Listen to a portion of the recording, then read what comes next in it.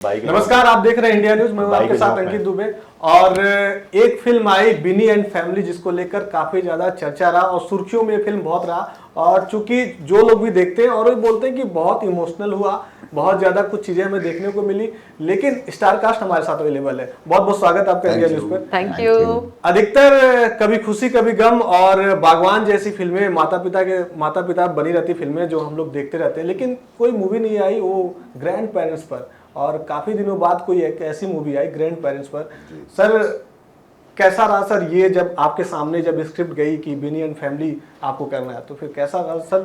पहला जो रिएक्शन होता है ना, पहला रिएक्शन ये रहा कि किसी ने आपके जीवन को कॉपी कर लिया है। पहला रिएक्शन यही था कि अरे ये तो आप ही हैं, ये आप ही के जीवन से रूबरू रखता है ये कहानी। और एक्चुअली पारिवारिक फिल्म, मतलब मैं टेलीविज़न इतने साल मैंने किया है, सारे पारिवारिक शोज़ ही किए हैं। सो कहीं ना कहीं वो फ्लेवर फिल्मों में पकड़ पाना या उसका मिलना और इस रूप में मिलना कि जहाँ पे हम पहली बार एक दादा और पोती की कहानी कह रहे हैं, ऐसे सब्जेक्ट पे किसी ने नहीं सोचा था। सो मेरे पास तो कोई there was no reason to say no to it. और हर रीज़न था कि आज हम बात कर रहे हैं कि सिर्फ यही फिल्म नहीं बल्कि इसके सीक्वल बनाने की भी बात चल रही है। राजेश सर, एक जो शहर में जो लड़के रहते हैं वो अपने दादा दादी के साथ रहना नहीं चाहते हैं, बोलते हैं हमारा विचार मैच नहीं करता है। अब कभी वो रात को बाहर चले जाते हैं तो दादाजी रहते हैं ना घर पे, तो पूछेंगे क्यों लेट से आए, तो नहीं चाहते कि मेरे पास रहें। ऐसी चीजें जो एक भेदभाव किया जाता है, इसको सर कैसे, मतलब छोटे छोटे विचार जो होते हैं अच्छाई के लिए बोल रहे हैं, लेकिन क्यों मना करते हैं वो? अब ये क्यों का तो जवाब नहीं है, उनसे ही पूछिए कि मतलब विचार से। अब आई थिंक कोई भी रोक टोक नहीं चाहता है आज के कोई भी, खास करके जब जो टीनेजर्स होते हैं उनको हमेशा लगता है कि वो स्वच्छंद हैं और वो जितना कुछ जानते हैं ना उनके पिताजी उतना जानते हैं, ना उनके ग्रैंड पेरेंट्स उतना जानते हैं। तो वो सेल्फ डिक्लेरेशन होता है ना कि मैं सब कुछ जानता हूँ, तो वो आज़ादी अगर थोड़ी सी भी रुकती हुई दिखती है तो मेरे ख्याल से इस तरह के विचार आते हैं। लेकिन जब वो दादी के हाथ का अचार खाते हैं तो अचार विचार एक्चुअली मैंने एक बार अपनी नानी से पूछा था कि यू नो आप क्या तो उन्होंने मुझे समझाया था कि जब वो मेरी उम्र की थी तब उनकी दुनिया तो बिल्कुल फर्क थी। तो इस समय मेरी दुनिया को समझने के लिए भी उनको बहुत सोचना पड़ता है कि अच्छा ऐसे भी हो सकता है, अच्छा लड़कियां ड्राइव करके दूर दूर गुड़गांव तक पहुंच जाए, लाइक यही छोटी छोटी जिन चीज़ों के बारे में मैं नहीं सोचती उनके लिए वो चीज़, मतलब it was amazing. It was तो चारू मैम, जब आपके सामने स्क्रिप्ट गया तो आपने क्या सोचा फिर?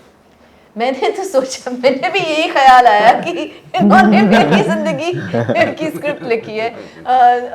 और मैं आई थिंक आई फेल्ट कि मैं खुद ही I could totally understand Binny.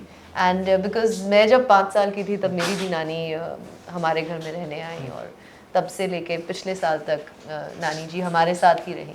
And और ये नोक झोंक काफ़ी होती थी और ये भी बातें भी बहुत होती थी कि मेरे टाइम पे कुछ और वक्त था और आपके टाइम पे मैं कुछ और देख रही हूँ। और नानी जी की बहुत कोशिश रही मेरे और मेरे भाई की ज़िंदगी को समझने के लिए, हमारे दोस्तों के साथ दोस्ती करने के लिए।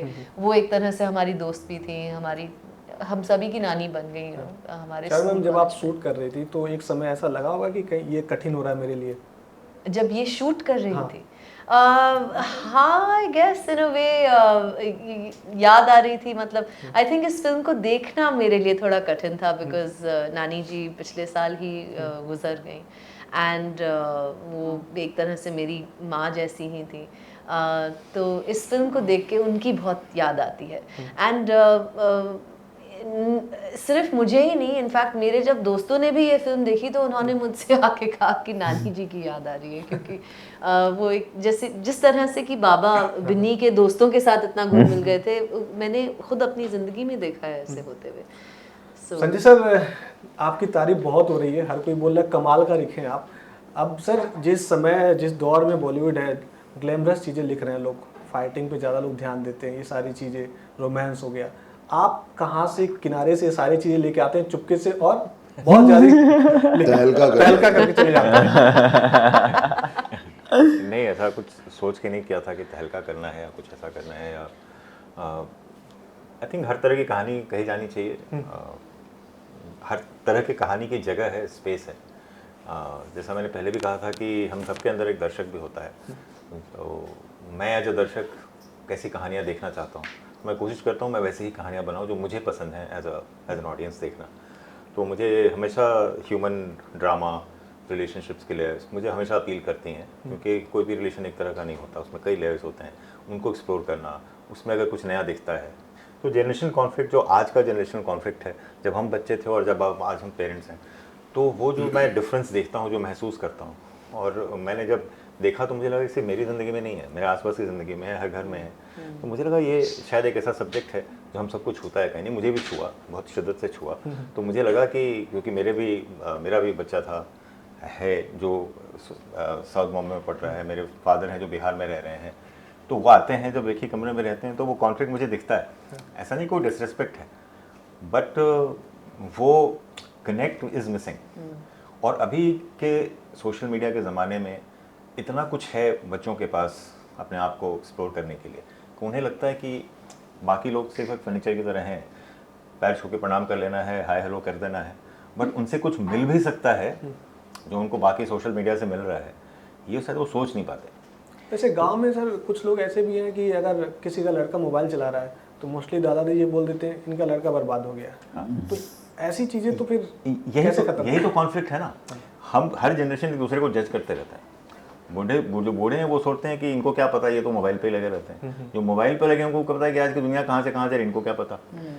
फर्क ये है कि उनको जो पता है शायद आपको नहीं पता है, और इनको जो पता है वो शायद आपको नहीं पता है। तो कहीं एक मिडिल ग्राउंड अगर एग्जिस्ट करे, फिल्म में जैसा होता है कि एक ऐसा ड्रामेटिक इंसिडेंट होता है जो उन दोनों को करीब लाता है, तो आप लाइफ में वैसे ड्रामेटिक इंसिडेंट का वेट मत कीजिए, आप ऐसे ही जाके बैठिए ना।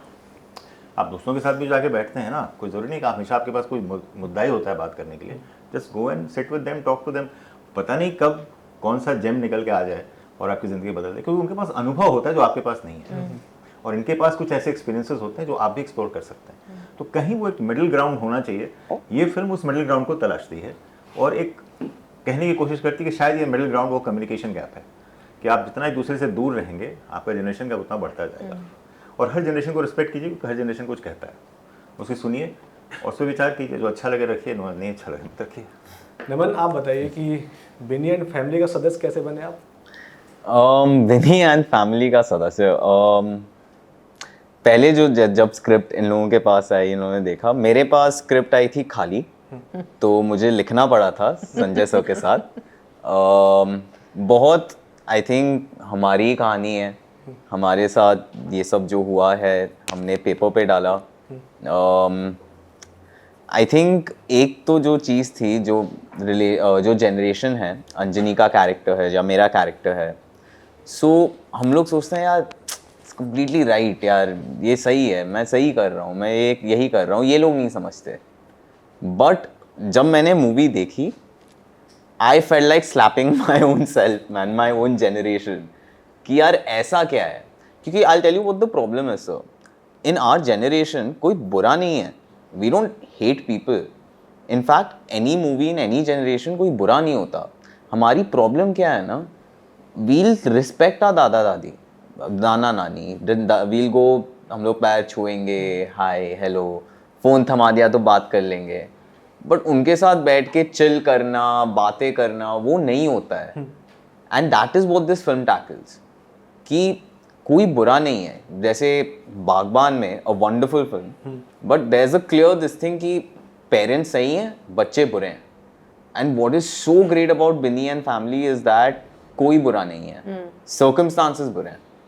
आई wouldn't like to tell you how मैं बिनी एंड फैमिली का सदस्य बना, क्योंकि मैं डायरेक्टर को बहुत अच्छे से जानता हूँ। मैंने उनसे रिक्वेस्ट किया 6 महीने तक, उनको असिस्ट किया, उन्होंने फिर भी ना बोल दिया। फिर मैंने प्रोड्यूसर साहब को जाके रिक्वेस्ट किया, सर प्लीज़ मुझे एक ऑडिशन करने दो, और तब उन्होंने ऑडिशन करके तब मुझे सिलेक्ट किया। लेकिन इसने सिर्फ एक्टर के लिए सेलेक्ट नहीं किया, इसको ट्रिपल रोल दिया है इस फिल्म में। हाँ।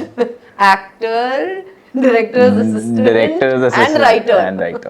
और उस 6 महीने में वो उस डायरेक्टर को बहुत अच्छे से जान भी गया। राजेश सर, चूंकि एक सवाल आपसे भी बनता है कि एक समय आप गांव में चले गए थे सब कुछ छोड़ के, क्या लग रहा है सर, अभी सब कुछ सही चल रहा है? हाँ यार, मतलब सब अच्छा है तभी तुम्हारे साथ हैं।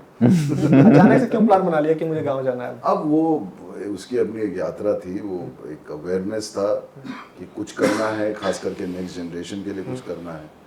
तो जब आप इस तरह का दायित्व अपने सर पे उठा लेते हैं तो कुछ समय के लिए कुछ छोड़ना पड़ता है, और बस वो छूटा। और लेकिन कभी ये चीज़ ऐसी है कि एक बार आप कर चुके हैं, एक बार आप जी चुके हैं, तो इसमें वापसी करना और फिर से नए नए किरदार करना, वो ज़्यादा मुश्किल नहीं था। चलो मैम, आपको फिर से संजय सर के साथ कहीं और दूसरी फिल्म में देखना चाहते हैं सारे दर्शक फिर से एक बार? जरूर जरूर, एंड बहुत जल्दी तथास्तु।